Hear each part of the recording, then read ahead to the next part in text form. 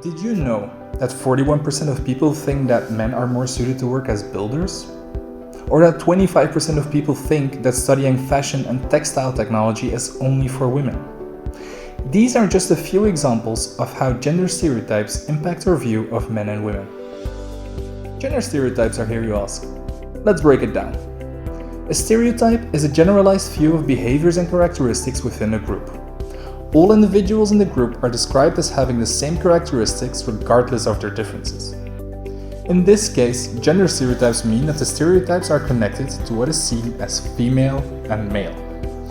They are also seen as the parameters that are acceptable in society.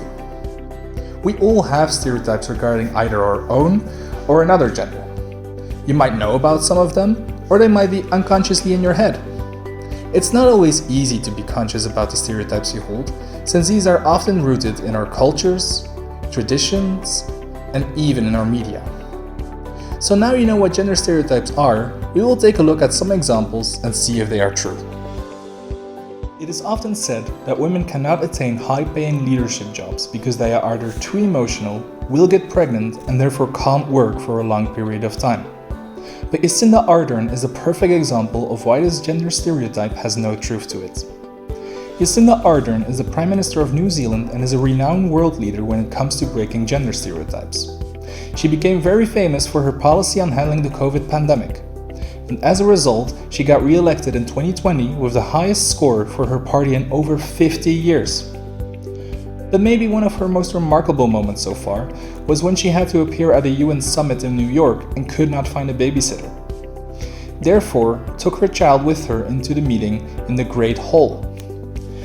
Jacinda Ardern proves that even with children, as a woman, you can perfectly perform in a high-paying leadership job. Boys should not wear skirts. That shirt looks feminine on you. Why are you wearing that? Only girls wear that. Those are just some of the things boys hear when they decide to wear something that is either out of the ordinary, unusual, or non-conforming to what is expected from them. But not for Dominic Harrison, better known as Youngblood. He does not care about what others think of him. When he performs on stage, he is seen often wearing skirts simply because he feels good in them. In an interview with Paper magazine in October 2019, Youngblood was asked if he would rather pick a dress or a striped top to wear. He chose a dress and said, "I just feel sexy in it." Youngblood proves that wearing non-conforming clothes does not have to be weird or not dumb.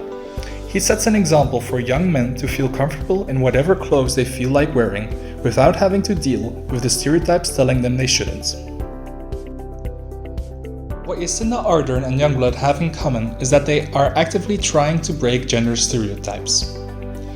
Breaking stereotypes is very important, because while stereotypes are not necessarily a bad thing, they can enforce discrimination, inequality, and leave people unmotivated to reach their biggest potential.